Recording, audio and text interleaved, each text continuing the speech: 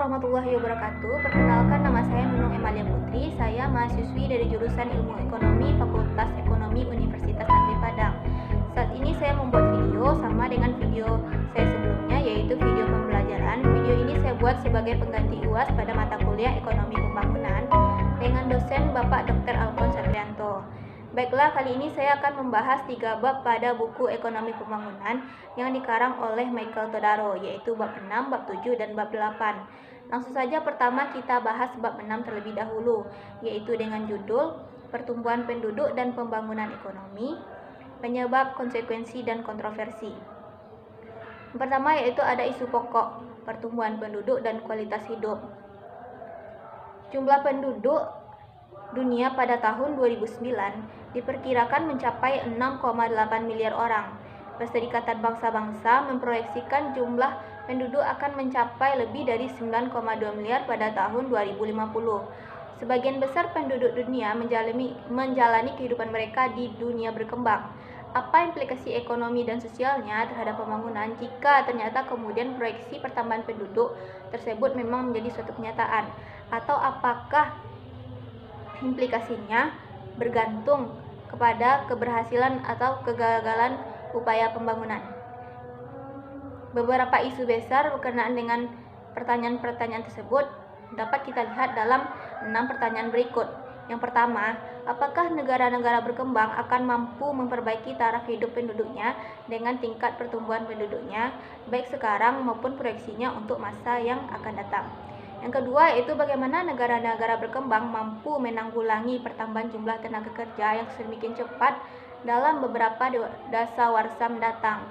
Yang ketiga yaitu apa saja implikasi tingkat pertumbuhan penduduk yang lebih tinggi terhadap peluang orang-orang miskin di dunia untuk mengatasi penderitaan yang mereka alami. Dan yang keempat, apakah negara-negara berkembang akan mampu memperluas cakupan dan meningkatkan kualitas sistem pelayanan kesehatan dan pendidikan mereka.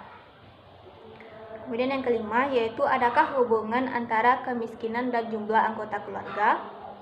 Dan yang keenam yaitu apakah upaya gigih untuk meningkatkan kemakmuran di kalangan orang kaya telah lebih merusak lingkungan. Nah, itu dia 6 pertanyaan yang berkaitan dengan isu pokok tadi. Selanjutnya kita lihat yaitu pertumbuhan penduduk di masa lalu, masa kini, dan masa depan. Pertama kita lihat sejarah pertumbuhan penduduk dunia. Di masa lalu, jumlah manusia tidak banyak. Ketika orang-orang pertama kali mengolah lahan untuk bercocok tanam, pada sekitar 12.000 tahun yang lalu, jumlah penduduk di dunia diperkirakan tidak lebih dari 5 juta orang. 2.000 tahun yang lalu, jumlah penduduk dunia telah mencapai hampir 250 juta orang, kurang dari 1/5 jumlah penduduk Cina. Jumlah penduduk Cina sekarang. Dari tahun pertama kalender sampai dengan dimulainya revolusi industri sekitar tahun 1750, jumlah itu berlipat 3 menjadi 750 juta orang. Jumlah penduduk bumi mengalami penambahan 1,7 miliar orang.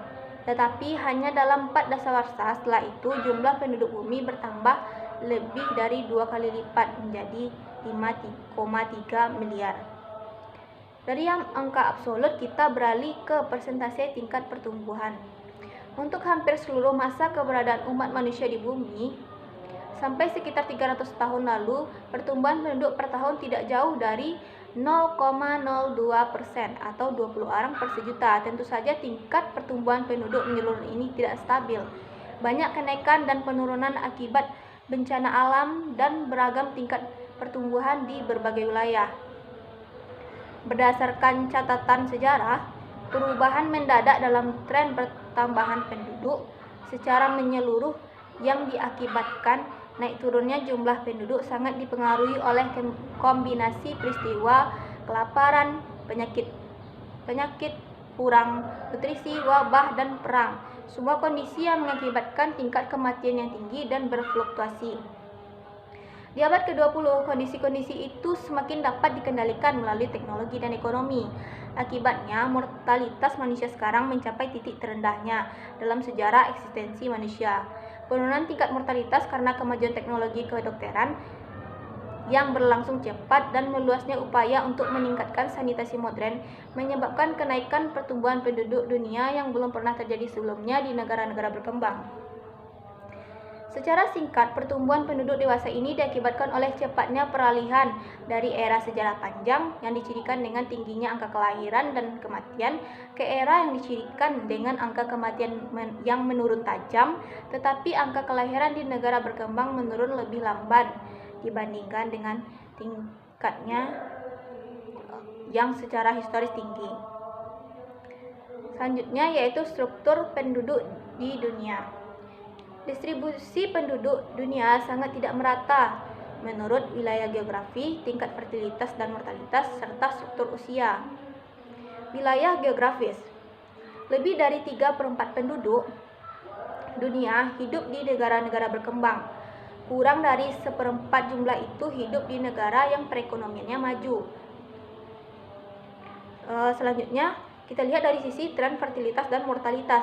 Secara kuantitatif, tingkat pertambahan penduduk diukur sebagai persentase pertambahan atau pengurangan relatif neto dari jumlah penduduk per tahun, karena pertambahan alamiah dan migrasi internasional neto. Pertambahan karena sebab alamiah hanya mengukur selisih jumlah kelahiran dan kematian, atau selisih antara fertilitas dan mortalitas. Pertambahan penduduk di negara-negara berkembang hampir seluruhnya bergantung pada selisih antara tingkat kelahiran kasar dan tingkat kematian. Seperti dikemukakan dalam bab 2, tingkat kelahiran di sebagian besar negara berkembang berada dalam kisaran dari 15 sampai 40 per 1000 penduduk.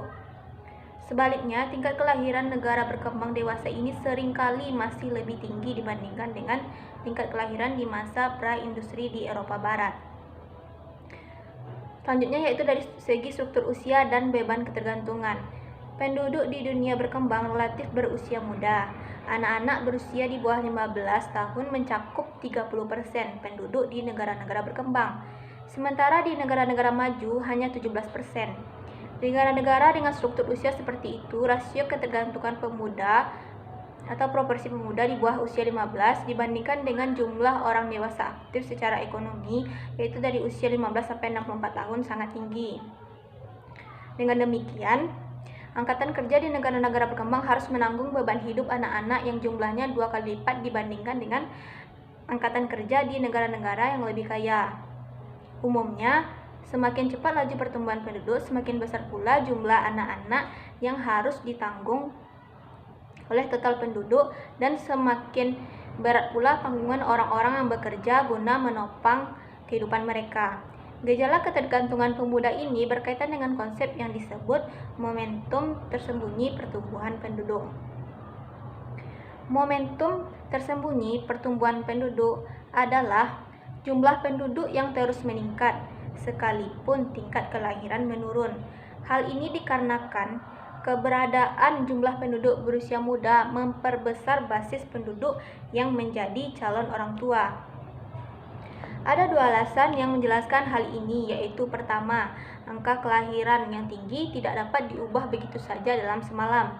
Sejumlah faktor sosial, ekonomi, dan lembaga yang telah mempengaruhi tingkat fertilitas selama berabad-abad tidak bisa menguap begitu saja hanya karena imbauan para pemimpin nasional. Alasan kedua yaitu yang kurang begitu mudah dilihat mengenai momentum tersembunyi dari pertumbuhan penduduk tersebut berkaitan dengan struktur usia penduduk di banyak negara berkembang. Dari piramida pertumbuhan Ethiopia yang diungkapkan dengan bagian penduduk, dapat dilihat bahwa jumlah orang berusia muda jauh melebihi jumlah orang tua mereka. Pada saat orang-orang muda ini mencapai usia dewasa, jumlah calon orang tua baru ini dapat dipastikan jauh lebih besar dari yang ada sekarang. Hal ini berarti meski para orang tua baru ini nantinya hanya memiliki anak sejumlah mereka sekarang atau 2 anak untuk setiap pasangan, dibandingkan dengan orang tua mereka yang mungkin memiliki 4 anak atau lebih, jumlah penduduk secara keseluruhan masih akan meningkat cukup besar sebelum akhirnya mendatar, karena jumlah para orang tua baru jauh lebih besar dibandingkan dengan jumlah pasangan yang sebelumnya memiliki anak lebih banyak. Selanjutnya yaitu kita beralih ke Transisi demografis. Transisi demografis itu adalah proses yang menunjukkan tingkat fertilitas yang akhirnya menurun sampai pada tingkat pertumbuhan yang stabil. Transisi demografis berupaya menjelaskan mengapa semua negara maju sekarang telah melalui ketiga tahap sejarah kependudukan modern yang lebih kurang serupa. Sebelum mencapai modernisasi ekonomi, selama berabad-abad pertumbuhan penduduk di negara ini stabil atau bergerak sangat lamban sebagai akibat dari kombinasi tingkat kelahiran dan kematian yang hampir sama tingginya. Ini terjadi pada tahap pertama. Tahap kedua dimulai ketika modernisasi yang dicirikan dengan pelayanan kesehatan yang lebih baik, makanan yang lebih sehat, pendapatan yang lebih tinggi, dan berbagai peningkatan lainnya. Setelah memperendah tingkat mortalitas yang secara bertahap mempertinggi tingkat harapan hidup dari semula di bawah 40 tahun menjadi di atas 60 tahun. Akan tetapi, penurunan tingkat kematian tidak segera diikuti dengan penurunan fertilitas. Akibat dari adanya perbedaan yang sangat timpang antara tingginya tingkat kelahiran dan rendahnya tingkat kematian telah menimbulkan peningkatan pertumbuhan penduduk yang sangat tinggi bila dibandingkan dengan abad sebelumnya. Dengan demikian, tahap kedua menandakan dimulainya masa transisi demografis, peralihan dari tingkat pertumbuhan penduduk stabil atau lamban ke tingkat pertumbuhan penduduk yang berlangsung cepat kemudian mengalami penurunan. Akhirnya, memasuki tahap ketiga, berbagai kebutuhan serta pengaruh modernisasi dan pembangunan telah menyebabkan penurunan fertilitas yang berujung penurunan tingkat kelahiran bersama dengan rendahnya tingkat kematian, sehingga pertambahan penduduk hanya sedikit. Untuk kurva dari transisi demografis, teman-teman bisa lihat pada buku yaitu halaman 345 di sini. Di sini terlihat bahwa ada tiga tahap. Ada tiga tahap transisi demografi, yaitu tahap 1, tahap 2, tahap 3. Tahap 1 yaitu terlihat bahwa tingkat kematiannya itu di angka 30 per 1000 penduduk, yaitu berfluktuasi, sedangkan tingkat kelahirannya di angka 40 per 1000 penduduk. Pada tahap 1 ini tingkat kelahiran masih tinggi, sedangkan tingkat kematian masih berfluktuasi. Namun pada tahap kedua yaitu di sini sudah terjadi transisi demografis, yaitu pada tahap ini sudah adanya teknologi kedokteran dan kesehatan, sehingga secara lamban tingkat kematian tersebut mulai menurun, sedangkan tingkat kelahiran masih tinggi. Pada tahap 3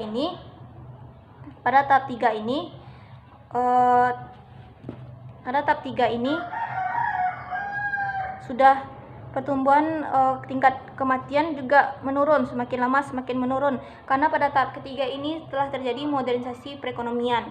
Namun tingkat kelahiran masih tinggi dan dia akan menurun dan berfluktuasi juga sampai pada akhirnya tingkat kelahiran dan kematian sama-sama dalam kondisi keadaan yang stabil. Selanjutnya yaitu penyebab tingginya fertilitas di negara berkembang, yaitu model Malthus dan rumah tangga. Jumlah penduduk di suatu negara akan meningkat sangat cepat sesuai dengan deret ukur atau tingkat geometrik. Sementara karena adanya proses pertambahan hasil yang semakin berkurang dari suatu faktor produksi yang jumlahnya tetap, maka persediaan pangan hanya akan meningkat menurut deret hitung atau deret aritmatik. Karena pertumbuhan pengadaan pangan tidak dapat berpacu secara memadai dengan kecepatan pertambahan penduduk, maka pendapatan per kapita cenderung terus mengalami penurunan sampai sedemikian rendahnya, sehingga segenap populasi harus bertahan pada kondisi sedikit di atas tingkat subsisten. Satu-satunya cara untuk mengatasi masalah rendahnya taraf hidup yang kronis tersebut adalah dengan penanaman kesadaran moral di kalangan segenap penduduk dan kesediaan untuk membatasi jumlah kelahiran. Di sini kita bisa melihat kurva perangkat populasi Malthus, yaitu ada pada buku. Di sini terlihat bahwa jika tingkat pertumbuhan pendapatan total itu lebih besar daripada tingkat pertumbuhan penduduk, maka pendapatan per kapitanya akan cenderung terdorong ke arah kanan. Namun, jika tingkat pertumbuhan pendapatan total itu lebih kecil daripada tingkat pertumbuhan penduduk, maka pendapatan per kapitanya itu akan turun ke arah kiri. Jika pendapatan agregat dari suatu negara meningkat lebih cepat, maka secara definitif pendapatan per kapita juga meningkat. Seandainya pertumbuhan penduduk lebih cepat daripada peningkatan pendapatan total, maka dengan sendirinya pendapatan per kapita akan menurun. Bila makin banyak penduduk, maka saving dan investasi juga makin tinggi, sehingga pendapatan per kapita meningkat. Namun, jika terlalu banyak saving, pendapatan per kapita bisa menurun. Bangsa-bangsa miskin tidak bisa bangkit dari pendapatan subsisten tanpa pengendalian preventif atau pengendalian kelahiran, atau pertambahan penduduk hanya bisa dihambat dengan pengendalian positif, seperti kelaparan, penyakit, atau perang. Ada dua kelemahan teori Malthus atau dua kritik terhadap teori Malthus, yaitu pertama, yaitu model ini tidak memperhitungkan kemajuan teknologi dan dampaknya yang besar dalam peningkatan produksi tanah. Jika teknologi dimasukkan dalam model ini, maka pada semua tingkat pendapatan per kapita posisinya selalu lebih tinggi dari kurva pertumbuhan penduduk. Yang kedua, yaitu tidak ada korelasi pasti dan jelas antara laju pertumbuhan penduduk dan tingkat pendapatan per kapita di kalangan negara-negara di dunia ketiga. Tingkat kelahiran tidak memiliki hubungan yang baku dengan tingkat pendapatan per kapita. Yang mempengaruhi tinggi rendahnya pertumbuhan penduduk bukanlah tingkat pendapatan per kapita maupun pendapatan agregat, namun bagaimana pendapatan tersebut didistribusikan. Alasan penolakan atas model Malthus yaitu pertama, Malthus tidak memperhitungkan perkembangan teknologi yang bisa menciptakan increasing return to scale. Yang kedua, hipotesis mengenai hubungan antara pertumbuhan penduduk dengan pendapatan per kapita secara empiris tidak terbukti. Yang ketiga, teori tersebut bertumpu pada variabel ekonomi yang keliru, yaitu tingkat pendapatan per kapita sebagai determinan utama pertumbuhan penduduk. Selanjutnya yaitu teori mikroekonomi fertilitas rumah tangga. Teori ini mengadopsi teori perilaku konsumen konvensional. Anak dianggap sebagai barang konsumsi atau tidak memberikan keuntungan. Permintaan anak merupakan pilihan ekonomi yang rasional bagi konsumen. Pilihan tersebut mengorbankan pilihan terhadap barang lainnya. Keinginan punya anak dipengaruhi oleh income, harga anak, dan keinginan mengonsumsi barang lainnya atau efek substitusi dan pendapatan. Permintaan terhadap anak berhubungan positif dengan pendapatan. Permintaan terhadap anak berhubungan negatif terhadap harga relatif atau biaya pemeliharaan anak, serta preferensi untuk barang-barang lain. Di sini teman-teman bisa lihat, di sini ada kurva fertilitas rumah tangga. Kurva horizontal melambangkan jumlah anak yang diinginkan, sedangkan kurva yang tegak atau vertikal menggambarkan barang yang ingin dikonsumsi oleh masyarakat. Kombinasi kurva indiferen atau yang melengkung ini adalah kurva kombinasi jumlah anak yang diinginkan dengan barang yang ingin dikonsumsi oleh seseorang. Semakin jauh kurva indiferens ini, maka tingkat kepuasan konsumen atas kombinasi konsumsi barang dan jumlah anak yang diinginkan, maka tingkat kepuasan konsumen akan semakin puas. Di sini ada fungsi CD atau permintaan terhadap anak, yaitu fungsi dari Y, PE, PX, PC, PX, dan TX. Y sama dengan pendapatan rumah tangga, PC sama dengan harga neto anak, PX harga barang lain, dan TX merupakan preferensi terhadap barang lainnya. Artinya, makin tinggi pendapatan maka permintaan akan anak semakin meningkat, dan makin tinggi biaya pemeliharaan anak, permintaan anak makin menurun. Terus semakin tinggi harga barang-barang lain, permintaan akan anak semakin meningkat, dan semakin tinggi preferensi untuk barang-barang lain, permintaan akan anak semakin menurun. Kurva teori mikroekonomi fertilitas atau keinginan rumah tangga akan anak diungkapkan dalam kurva indiferen. Kurva indiferen untuk setiap orang akan menggambarkan lokus kombinasi komoditas anak yang menghasilkan tingkat kepuasan yang sama.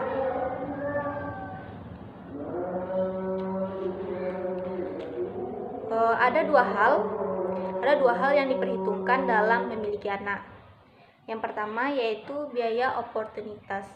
Biaya oportunitas ini berupa jatah waktu yang dihabiskan untuk memelihara sang anak sehingga membuang waktu yang digunakan untuk hal-hal produktif. Yang kedua yaitu biaya pendidikan anak. Jika anaknya sedikit, kemungkinan bisa disekolahkan tinggi. Dengan semakin baiknya tingkat pendidikan kaum wanita, maka mereka semakin berpotensi untuk memberikan kontribusi yang lebih besar dalam keluarga, sehingga waktu yang digunakan untuk membesarkan anak terbatas, sehingga keinginan untuk memiliki anak menjadi kurang penting. Permintaan anak di negara berkembang atau di negara-negara miskin, anak-anak dipandang sebagai barang investasi ekonomi. Dalam arti bahwa anak-anak ini nantinya diharapkan memberikan hasil dalam bentuk pekerjaan anak dan sebagai tempat menggantungkan kehidupan di usia tua. Sejumlah bukti empiris, sejumlah studi statistik berspektrum luas di negara-negara berkembang telah menunjukkan adanya dukungan terhadap teori ekonomi fertilitas. Selanjutnya yaitu kita lihat implikasi terhadap pembangunan dan fertilitas. Tingkat kelahiran di kalangan penduduk miskin akan menurun apabila yang pertama, taraf pendidikan wanita itu semakin meningkat. Yang kedua, jika kesempatan kerja bagi wanita di don pertanian itu juga semakin meningkat. Yang ketiga, yaitu penghasilan atau kesempatan kerja juga semakin meningkat. Yang keempat yaitu pelayanan kesehatan dan penyediaan gizi semakin meningkat. Yang kelima yaitu sistem jaminan dan tunjangan hari tua, adanya sistem jaminan. Yang keenam yaitu perluasan kesempatan dalam mendapatkan pendidikan. Selanjutnya kita lihat konsekuensi fertilitas yang tinggi, yaitu beberapa perbedaan pandangan. Ada beberapa perspektif yang saling bertentangan. Ada beberapa argumen utama yang mendukung dan menentang gagasan bahwa konsekuensi dari pertumbuhan penduduk yang cepat dapat menimbulkan berbagai masalah pembangunan yang serius. Yang pertama yaitu bukan masalah yang sesungguhnya. Yang kedua yaitu pertumbuhan penduduk memang masalah yang sesungguhnya. Kita bisa mengidentifikasi 3 argumen umum dari orang-orang yang menyatakan bahwa pertumbuhan penduduk tidak menjadi masalahnya bukan pada pertumbuhan penduduk tetapi pada sejumlah isu lainnya.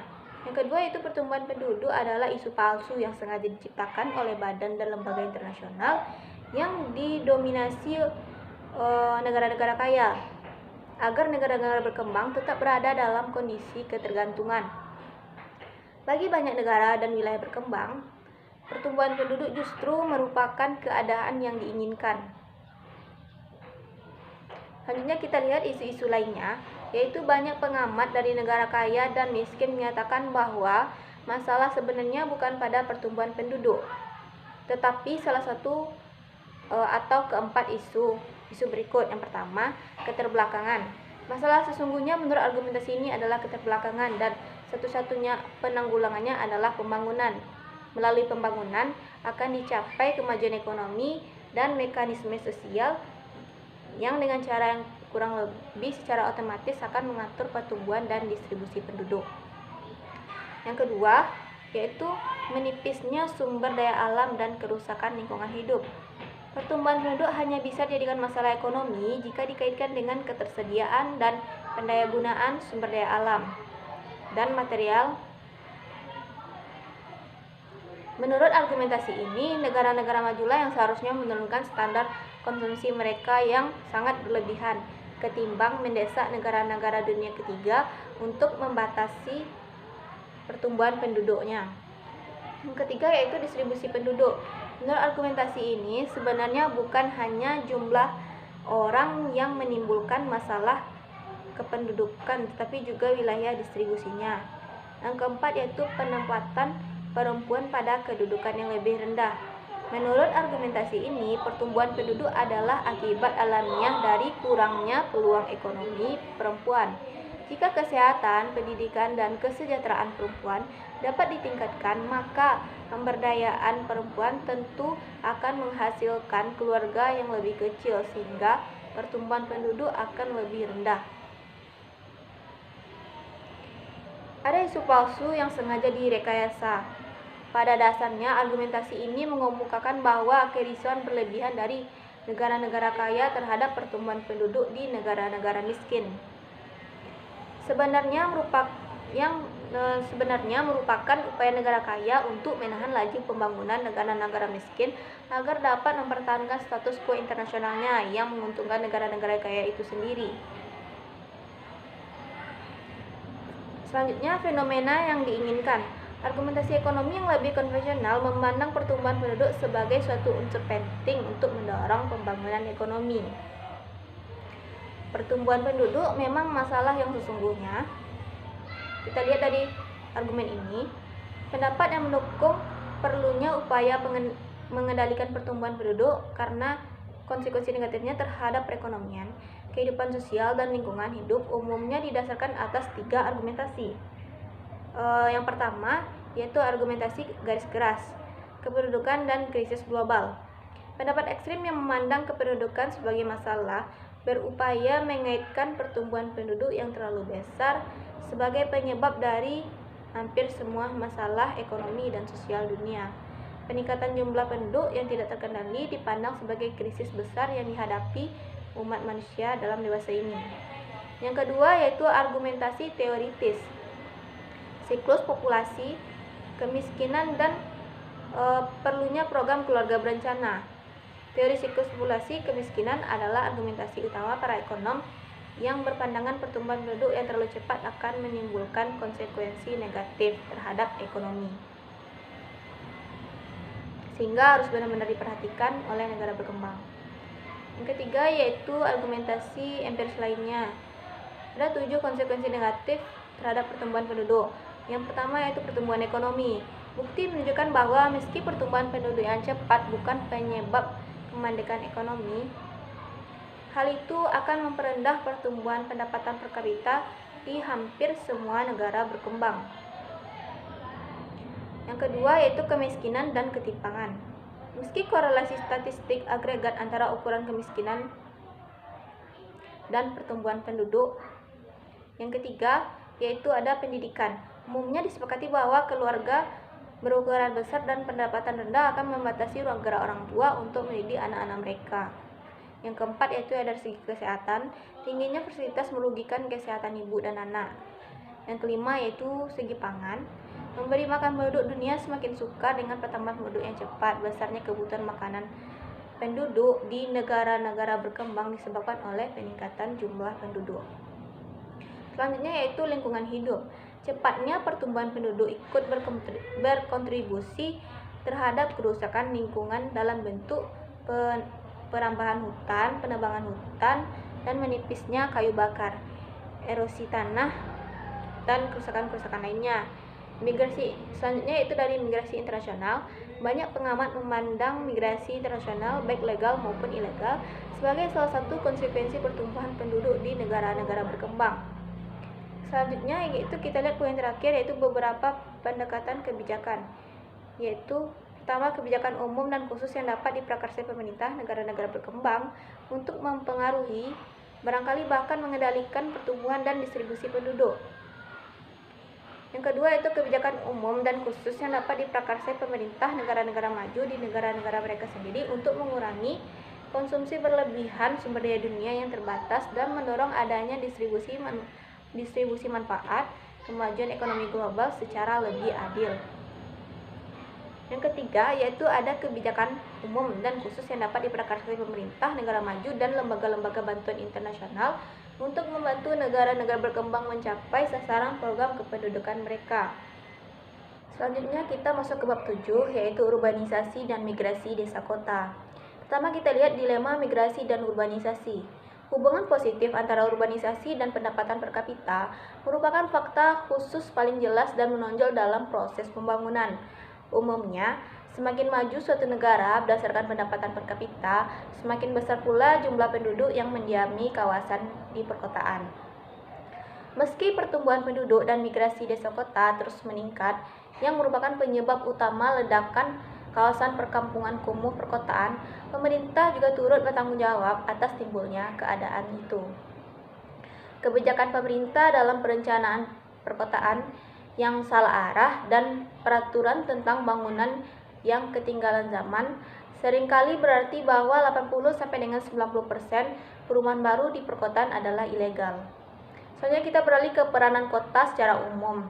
Kota terbentuk karena memberikan keunggulan atau keuntungan efisien biaya bagi para produsen dan konsumen melalui apa yang disebut sebagai ekonomi aglomerasi.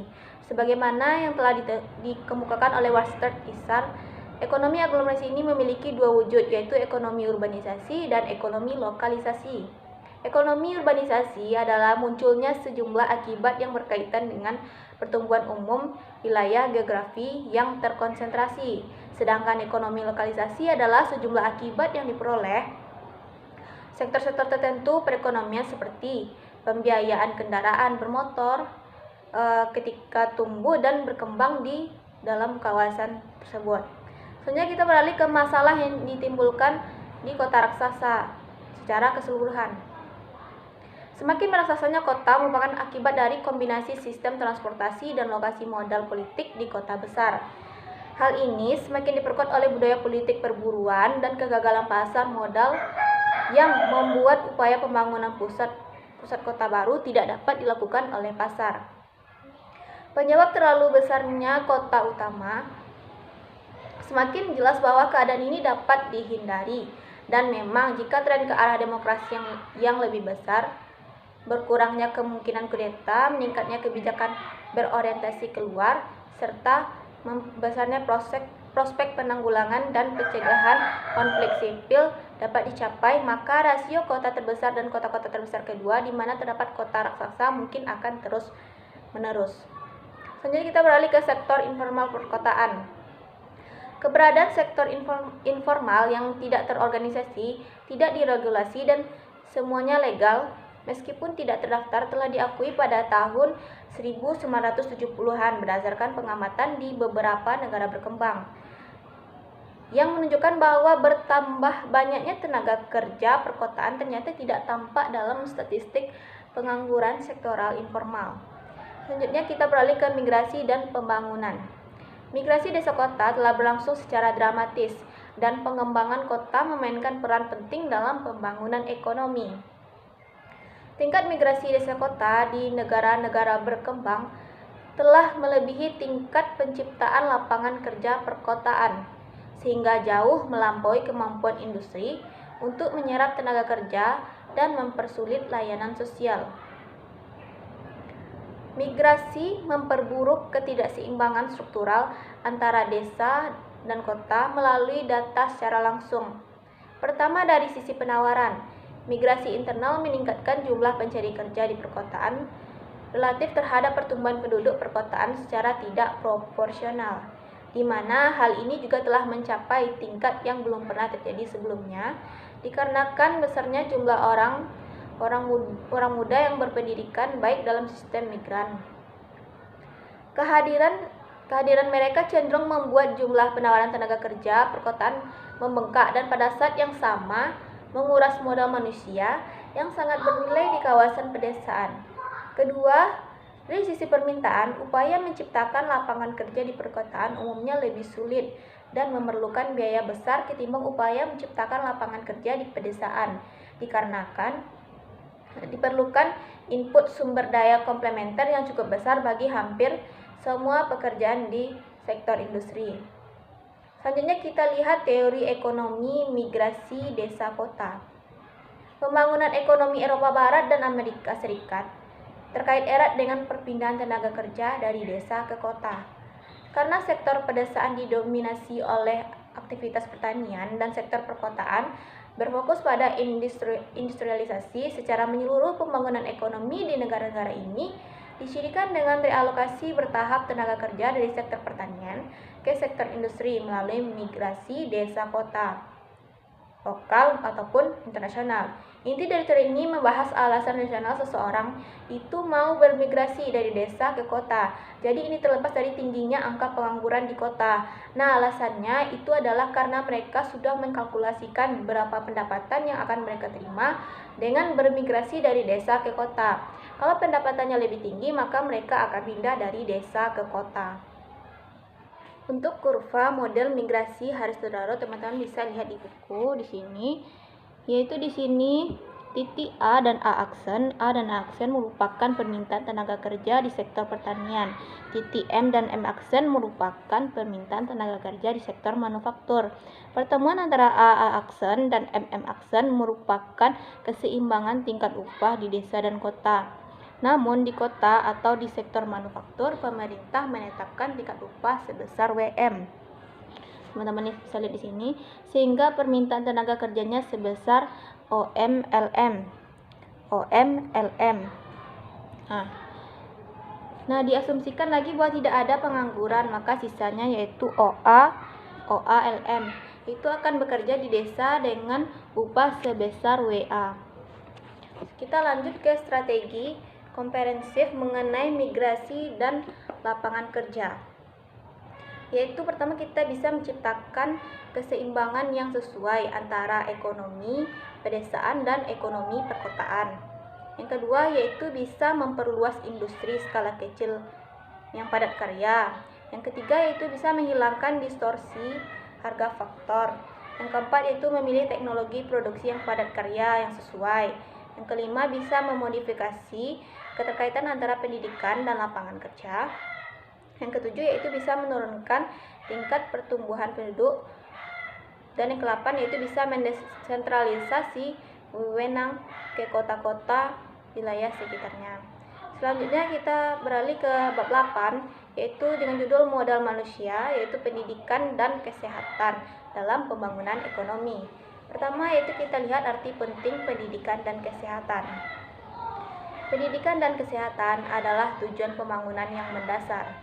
Pendidikan memainkan peran penting untuk meningkatkan kemampuan suatu negara berkembang dalam menyerap teknologi modern dan mengembangkan kapasitas bagi terwujudnya pertumbuhan dan perkembangan. Kesehatan adalah prasyarat bagi peningkatan produktivitas, dan pendidikan yang berhasil juga bergantung pada kesehatan. Jadi, pendidikan yang berhasil itu bergantung kepada kesehatan. Dengan demikian, kesehatan dan pendidikan juga dapat dipandang sebagai komponen pertumbuhan dan pembangunan vital, sebagai input bagi fungsi produksi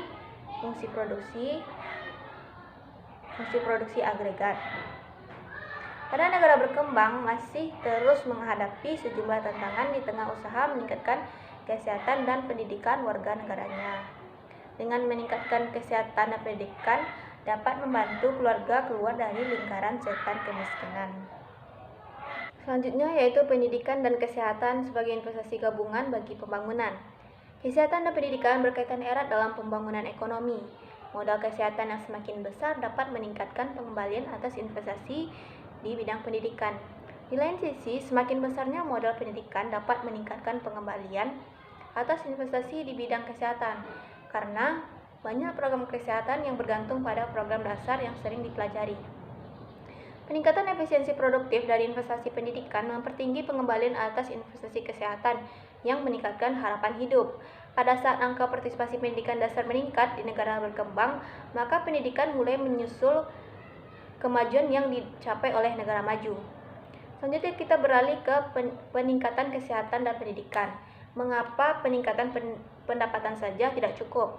Tingkat kesehatan dan pendidikan jauh lebih tinggi di negara-negara berpendapatan tinggi. Dengan pendapatan yang lebih tinggi, warga dan pemerintah dapat mengeluarkan dana lebih besar untuk kesehatan dan pendidikan. Dan dengan kesehatan dan pendidikan yang lebih baik, produktivitas dan pendapatan yang lebih tinggi lebih mudah dicapai. Elastisitas pendapatan mengenai permintaan akan kalori di kalangan orang berpendapatan rendah dalam kisaran 0 sampai sekitar 0,5. Perbedaan persentase yang kurang proporsional ini terjadi karena dua faktor. Pertama, yaitu pendapatan digunakan untuk barang selain makanan, dan peningkatan pengeluaran makan itu digunakan untuk meningkatkan ragam jenis makanan yang tidak selalu menambah konsumsi kalori. Yang kedua itu investasi dalam bidang pendidikan dan kesehatan, pendekatan modal manusia. Investasi dalam pendidikan dan kesehatan dikenal para ekonom dengan pendekatan modal manusia. Investasi ini memiliki tingkat pengembalian yang lebih jelas ketimbang investasi lainnya. Pendekatan ini berfokus pada kemampuan tidak langsungnya dalam meningkatkan kesejahteraan melalui peningkatan pendapatan. Tingkat pengembalian sosial maupun pribadinya lebih terasa di negara berkembang ketimbang negara maju. Hal ini karena selisih pendapatan antara yang berpendidikan dengan yang tidak lebih tinggi di negara berkembang. Selanjutnya yaitu kita lihat poin ketiga, yaitu pekerja anak. Berdasarkan hasil survei, lebih dari separuh pekerja anak harus bekerja keras 9 jam atau lebih setiap harinya. Selain itu, mereka juga terancam bahaya eksploitasi seksual dan perdagangan manusia. Terdapat pendekatan dalam kebijakan pekerja anak. Yang pertama, yaitu menyadari bahwa pekerja anak merupakan cerminan kemiskinan, sehingga harus fokus pada penanggulangan kemiskinan. Pendekatan kedua, yaitu mengedepankan peningkatan minat anak dalam bersekolah. Pendekatan ketiga yaitu pekerja anak tak dapat dihindari, namun setidaknya bisa diringankan melalui peraturan yang dapat melindungi pekerja anak. Pendekatan yang keempat yaitu pelarangan pekerja anak.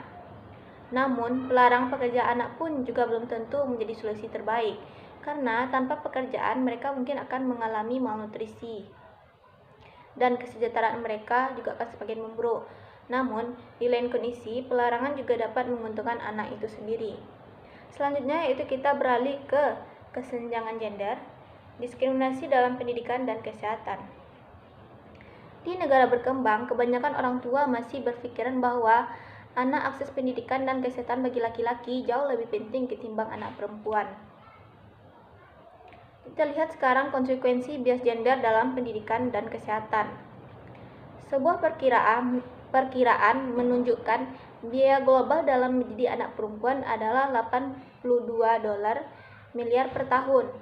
Hal ini menunjukkan diskriminasi perempuan tak hanya tidak adil tapi juga merugikan. Selanjutnya yaitu poin kelima, kita lihat sistem pendidikan dan pembangunan, yaitu ekonomi politik, permintaan dan penawaran pendidikan. Faktor yang mempengaruhi permintaan atas pendidikan yang pertama adalah prospek untuk mendapatkan pekerjaan di sektor modern di masa depan. Kedua yaitu permintaannya merupakan permintaan turunan. Faktor yang mempengaruhi penawaran salah satunya yaitu proses politik dan pengeluaran pemerintah untuk pendidikan. Selanjutnya yaitu kita lihat manfaat biaya sosial dan biaya pribadi. Biaya sosial adalah biaya yang ditanggung individu dan masyarakat dari keputusan pendidikan secara pribadi. Sedangkan biaya pribadi adalah biaya yang ditanggung peserta didik itu sendiri. Dan sedangkan pengembalian sosial adalah manfaat yang diperoleh individu yang berpendidikan dan yang diperoleh masyarakat dari pendidikan individu tersebut. Sedangkan pengembalian pribadi adalah manfaat yang dirasakan peserta didik itu sendiri. Di tabel ini, teman-teman bisa lihat, terlihat kurva pengembalian meningkat jauh lebih cepat dibandingkan dengan biaya pribadi. Sehingga untuk memaksimalkan selisih biaya dan manfaat, peserta didik perlu mendapatkan pendidikan yang lebih tinggi.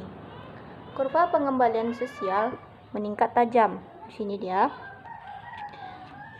menunjukkan adanya peningkatan produktivitas, sementara kurva biaya sosial kenaikannya melamban, yaitu pada sekolah dasar, namun kenaikan meningkat di pendidikan yang lebih tinggi karena mahalnya biaya pada pendidikan lebih tinggi. Selanjutnya yaitu kita beralih pada distribusi pendidikan. Kita dapat melihat bagaimana distribusi pendidikan dalam kurva Lorenz, di mana semakin dekat dari garis diagonal sempurna, maka semakin rendah ketimpangannya. Namun biasanya di negara berkembang distribusi pendidikannya tidak merata, di mana ada sebagian yang tak sekolah dan sebagian lagi menempuh pendidikan hingga ke luar negeri. Selanjutnya yaitu kita beralih pada pendidikan, ketimpangan, dan kemiskinan. Sejumlah studi menunjukkan sistem pendidikan di negara berkembang justru memperbesar ketimpangan pendapatan. Alasannya, jika kemiskinan menjadi alasan anak-anak tidak melanjutkan pendidikan, maka sebenarnya sistem pendidikan hanya memperbesar ketimpangan dari satu generasi ke generasi. Selanjutnya yaitu kita beralih ke pendidikan, migrasi internal dan pengurasan intelektual. Pendidikan juga mempengaruhi migrasi desa kota. Dari studi terlihat bahwa ada korelasi positif antara pencapaian pendidikan dengan migrasi desa kota. Karena orang-orang berpendidikan tinggi harus menghadapi selisih pendapatan real desa kota. Pendidikan juga memiliki pengaruh terhadap migrasi internasional. Di kalangan berpendidikan tinggi dari negara miskin ke negara kaya. Hal ini terjadi karena tak memadainya teknologi yang ada di negara berkembang sehingga sulit bagi mereka untuk mengembangkan diri. Selanjutnya itu kita lihat poin ke-6, yaitu pengukuran dan distribusi kesehatan. Ukuran harapan hidup memiliki kelebihan karena datanya tersedia hampir semua negara, minimal data perkiraannya. Akan tetapi ukuran ini dapat menyesatkan. Peningkatan harapan hidup bisa memberikan masa vitalitas yang lebih lama di sebuah negara. Sementara hanya menambah lama masa penderitaan karena kesehatan yang buruk di negara lain. Sebagian anak-anak yang bisa bertahan hidup dari keadaan kekurangan pada awal kehidupannya cenderung akan mengalami konsekuensi kesehatan seumur hidup. WHO mendefinisikan kesehatan sebagai keadaan yang benar-benar sejahtera secara mental, fisik, dan sosial, bukan hanya sebatas bebas penyakit saja. Pendekatan ini memberikan landasan konseptual yang lebih baik, tetapi tidak dengan sendirinya menyediakan ukuran yang lebih tepat. Ukuran kesehatan kedua yang diajukan WHO adalah lama hidup yang disesuaikan menurut divobilitas atau dengan tingkatan Daly. Ada keraguan kualitas data dari kedua ukuran tersebut, khususnya data dari beberapa negara paling miskin, dan penggunaan Daly untuk membandingkan kesehatan antar negara masih kontroversial. Kematian prematur mewakili 2/3 angka kematian dalam ukuran Daly, dan sisa sepertiganya adalah disabilitas. Selanjutnya itu kita beralih ke beban penyakit. Ada 3 penyakit utama yang menghantui negara berkembang, yaitu ada AIDS, ada malaria, dan ada cacing parasit. HIV/AIDS ini kita kenal juga sebagai virus. Epidemi AIDS mengancam untuk menghentikan atau bahkan membalikkan pencapaian kemajuan pembangunan ekonomi dan manusia yang telah diupayakan sedemikian lama di banyak negara. Di negara-negara berkembang secara keseluruhan, selanjutnya yaitu AIDS terutama ditularkan melalui hubungan heteroseksual, melalui darah dan jarum suntik yang terinfeksi yang terjadi di kalangan pecandu narkoba dan di rumah sakit. Semula AIDS dipandang sebagai penyakit di negara-negara maju, tetapi fakta menunjukkan 95% kasus HIV dan kematian karena AIDS terjadi di negara-negara berkembang. Selanjutnya itu kita lihat kebijakan sistem kesehatan. WHO mendefinisikan sistem kesehatan yaitu semua aktivitas yang tujuan utamanya yaitu meningkatkan, memulihkan, dan mempertahankan kesehatan. Telah lama diketahui bahwa sistem kesehatan di beberapa negara berkembang jauh lebih efektif daripada sistem kesehatan negara maju. Beberapa negara seperti China, Sri Lanka telah mencapai tingkat harapan hidup lebih dari 70 tahun, meskipun tingkat pendapatan negaranya rendah. Sebaliknya, beberapa negara dengan pendapatan menengah, tingkat harapan penduduknya lebih rendah, meskipun sumber dayanya lebih besar. Pada bab ini, kita dapat menyimpulkan bahwa kesehatan dan pendidikan memainkan peranan yang sangat penting dalam pembangunan ekonomi, baik secara input maupun output. Banyak masalah kesehatan dan pendidikan yang menghantui negara-negara berkembang. Kebijakan pemerintah yang keliru ada kalanya menimbulkan distorsi dalam sistem pendidikan nasional, sehingga memperkuat ketimpangan. Dengan demikian, pemerintah memegang peranan yang sangat penting dalam kesehatan dan pendidikan, sehingga negara-negara berkembang memerlukan peningkatan kebijakan yang dapat memperbaiki keadaan mereka. Mungkin itu saja video kali ini. Jika ada kata-kata yang salah atau hal-hal yang salah, saya mohon maaf. Jika teman-teman rasa video kali ini bermanfaat, teman-teman boleh share dan jangan lupa like dan subscribe-nya. Terima kasih. Assalamualaikum warahmatullahi wabarakatuh.